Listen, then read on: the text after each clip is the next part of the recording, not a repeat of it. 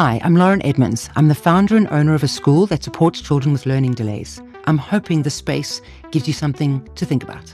I want to talk about dinner around the table. So if you already do dinner around the table, maybe I give you a couple of extra ideas. Maybe you're already doing all of them and they're working for you, and then that is fantastic.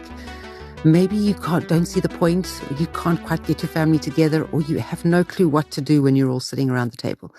So let me give you some of my thoughts and my experience. I think that if there's nothing else you do for your kids, do that. Maybe it can't be dinner because not everyone's at home at the same time. Maybe it needs to be breakfast. But I like the dinner idea because it ends your day.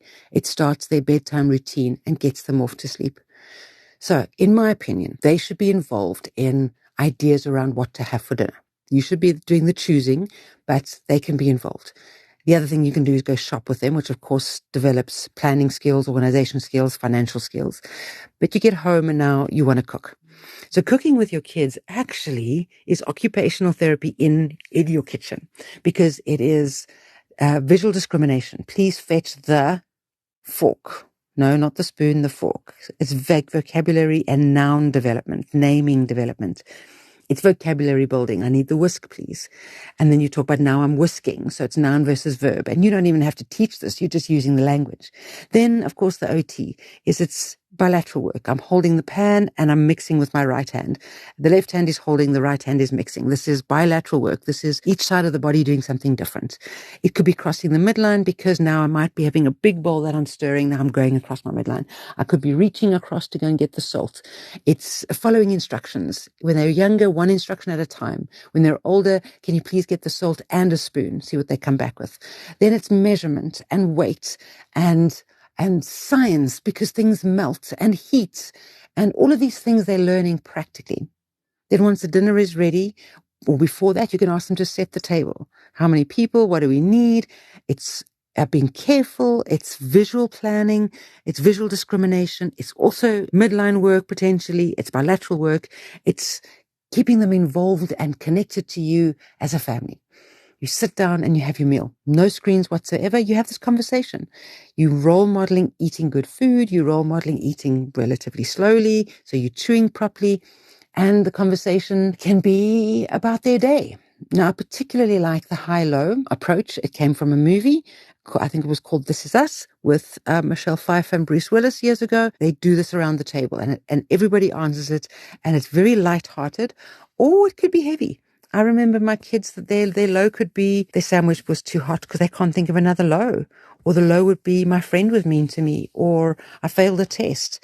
And what happens at the dinner table, if you're modeling that it's safe to give the highs and the lows, your children start to tell you things that they wouldn't normally tell you, because either they're distracted or they don't remember or they're too scared. So this is the safe space. And then you get to reflect as well. Now, you're not going to share adult things. You're not going to say the low was I lost my job, if that happened.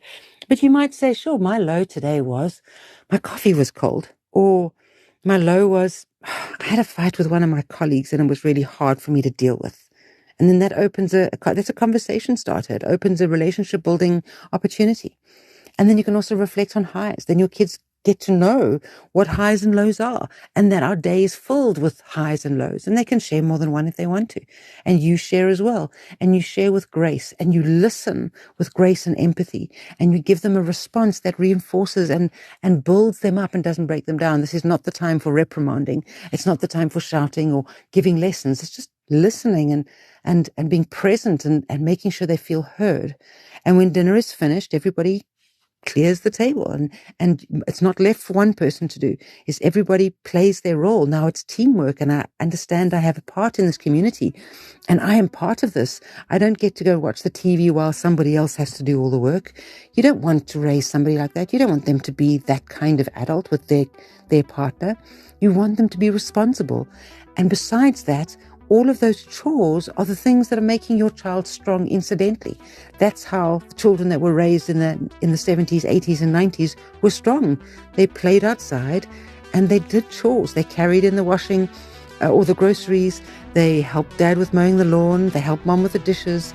They made their own beds. All of that developed their physical abilities. And none more so than around the dinner table, because it generates connection and it shows children that they are loved and that their parents value time with them, and food is nourishing, and we are grateful for the food that we have. And gratitude really changes the molecules in your body, and your gut system will be better for it because you're eating slow and you're eating with love and you're grateful for the food.